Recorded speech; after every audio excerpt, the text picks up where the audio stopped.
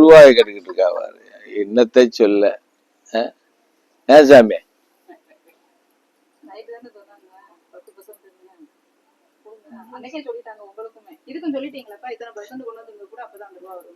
ஆமா, அது சொல்லி எவ்வளவு தானே நாள் ஆச்சு? அதுக்கு சொன்னதுதான் விளக்கண்ண. 5% 10% சொன்னா முடியாதுன்னு சொல்லி 5%.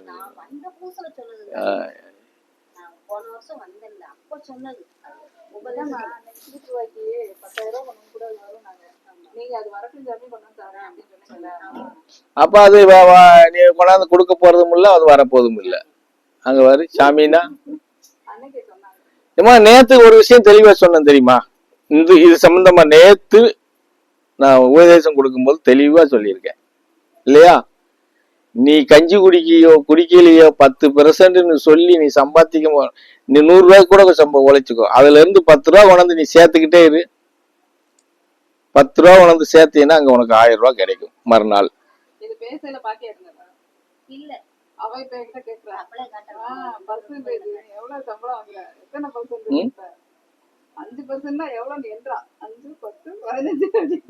புரியுதா நான் சொல்றது? அந்த மாதிரி நம்ம பொதுவா நான் சொல்றேன், நீங்க என்ன சொன்னாலும் நீங்க அந்த மொண்டி குதிரையிலேயே தான் இருக்கீங்க தவிர நல்ல வெள்ளை குதிரை வார்த்தை ஏறி போகணும்ங்கிற எண்ணமே இருக்கிறது இல்லை.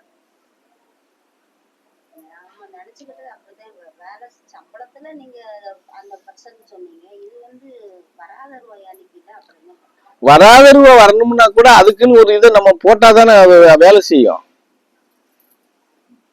சரியப்பா, நீ எனக்கு பணமா கொடுக்க வேண்டாம், இது எதுக்கு காசு கேட்டாதானே காசு கேட்கறீன்னு சொல்றீங்க இல்லையா? 6 பூசைக்கு நீ என்ன டின் எடுத்து வை. என்ன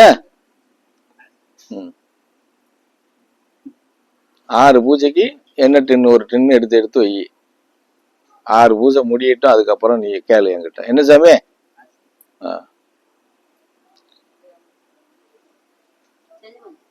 நீ ஒரு விவசாயம் பண்றன்னா கூட முதல்ல நீ விதை விதைச்சாதான் அது வரும். என்ன சாமி நான் சொல்றது? விதைக்காம தண்ணி விட்டுக்கிட்டு இருக்கேன் வரமாட்டேங்குன்னா பில்லு தான் வரும், களை தான் வரும். புரிஞ்சதை நான் சொல்றது? அப்ப அதை நீங்க மனசுல வச்சுக்கோங்க. அது வருது போகல அப்படிங்கறதெல்லாம் ரெண்டாவது பிரச்சனை. நம்ம சொல்றத செய்யணும், அப்பதான் அது சாத்தியமாவும் ஆகும். இப்படி எல்லாம் வழிமுறைகள் எளிமையா இருக்கு நமக்கு.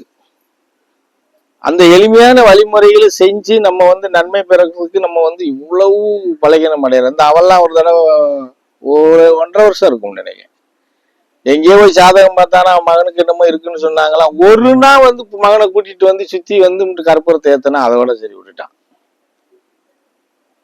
புரியுதா நான் சொல்றது? அவனாதான் கேட்டான், சாமி இப்படி சாதகம் பார்த்த இடத்துல இப்படி சொல்லியிருக்காங்க, நான் அரிய சுத்த வச்சுடலாம்னா சரி செய்ப்பா, இத்தனை வாரம் செய்ய அப்படின்னு சொன்னேன். ஒரே ஒரு நாள் செஞ்ச, அவ்வளவுதான். புரிஞ்சதா? அப்ப என்ன இருக்குது? இப்ப இந்த அம்மா சொல்லுது எங்களுக்கு ஏன் சொல்லல அப்படின்னு சொல்றீங்க. சொன்னவங்களே இப்படி செய்யும் போது நான் யாருக்கு சொல்றது? சொல்லுங்க இல்லையா?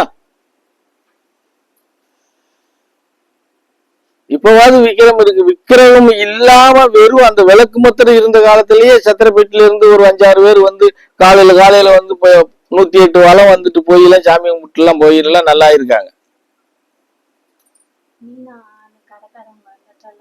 சரி, ஆமா, புரியுதா நான் சொல்றது? அது செய்ய மாட்டேங்க. நம்ம எல்லாமே என்ன சொல்றது, அது எப்படி புரிஞ்சுக்கிறீங்க அப்படிங்கறதுலதானே எல்லாமே இருக்குது. அதே மாதிரி இப்ப ஆஞ்சநேயர்கள் இப்படி இருக்காதுன்னு, அதாவது எதுக்கு இப்ப ஆஞ்சநேயரை சொல்றேன்னு சொன்னா, ஒரு குருஸ்தானத்துல ஒருத்தர் நம்ம நிக்கும் போது அந்த வார்த்தையை மதிக்கிறான் பாரு. தண்ணி கொண்டு வான்னு சொன்ன வார்த்தையை மதிச்சு விடிய நிக்கிறான் இல்லையா? அதுதான் குரு மரியாதை, குரு மதிக்கிறது. அங்கதான் அப்படி இருக்கும் போதுதான் அந்த குரு அவன் மேல கருணைக்கு ஆளாகிறான். புரிஞ்சதா சொல்றது? நீங்க என்ன செய்றீங்க சொல்லுங்க? நானு நேத்து காலையில இருந்து இன்னும் இப்பதான் இங்கனக்குள்ளதான் ஒரு 1/2 மணி நேரம் இருந்தவங்கன்னு அதுக்குள்ள நீங்க பூஜை சங்கு ஊதுனோன்னு எரிச்சிட்டேன். சரியா? நான் உட்காந்துக்கிட்டு இருக்கேன் இங்க குத்துக்கல்லாட்ட, நீங்க உள்ள போய் படுத்து கிடக்கீங்க.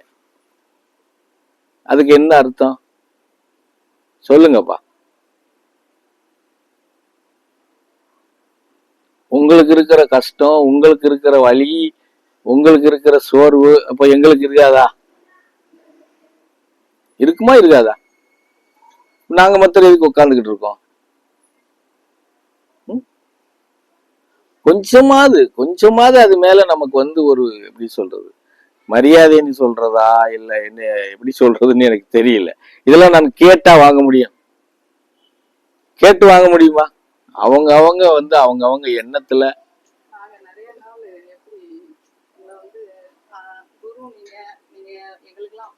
அப்படின்லாம் தெரியுது எங்களுக்கு. பேசல சரி நம்மள மாதிரி தானே அப்படிங்கிற ஒரு அசால்ட் வந்துருது. அதனாலதான் நாங்க இப்படி பண்றோம். அது வந்ததுனால தானே நாசமா போய்கிட்டு இருக்கீங்க. நானும் உள்ளதானே சொல்றேன். ஏன் வருது? இப்போ நீங்க உங்களுக்கு பயம் வர்ற மாதிரி என்னால நடந்துக்கிற முடியும், கடுமையா நடந்துக்கிற முடியும். அது ஒண்ணு எனக்கு கஷ்டம் கிடையாது. ஆனா இவ்வளவு சகசமா பேச முடியாது, சகசமா நீ எதுவும் சொல்ல முடியாது, கேட்க முடியாது. அந்த கர்ஜனை வேற மாதிரி இருக்கும். புரிஞ்சுதா? ஒரு நாள் கொடுத்த ஒரு சவுண்டுல சத்தியா இன்ன வரைக்கும் அவளால எதுவும் பேச முடியுதா? ஒரு நாள் ஒரே சவுண்டு தான். அன்னைக்கோட சரி. இன்னைக்கு அவ ஏதாவது கேட்கணும்னா தள்ளி நின்று தயங்கி கேட்காம தான் போய்கிட்டு இருக்கான். அது கொண்டு வர்றதுக்கு எனக்கு கஷ்டமே கிடையாது. அதெல்லாம் ஈஸியா நான் கொண்டு வந்துக்குருவேன். ஆனா நீ அங்கதான் இருக்கணும். அயனார் இருக்கணும். அங்க நின்று நீ சொல்லுவேன், நான் காது கேட்காத மாதிரி உட்காந்துட்டு இருப்பேன். எளிமைய புரிச்சுக்கோங்க. இவ்வளவு எளிமையா நம்மளை பக்கத்துல நிக்க வச்சோ உட்கார வச்சோ நமக்கு புரியும்படியா எல்லா விஷயத்தையும் ஒரு அறிகுறையாகவும் உபதேசமாகவும் நமக்கு வெளிப்படுத்துறாரு.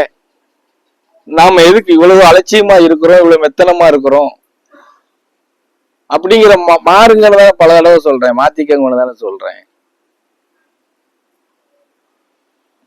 2 விஷயமும் இருக்கும்னு சொல்லியிருக்கேன் இல்லையா நானு?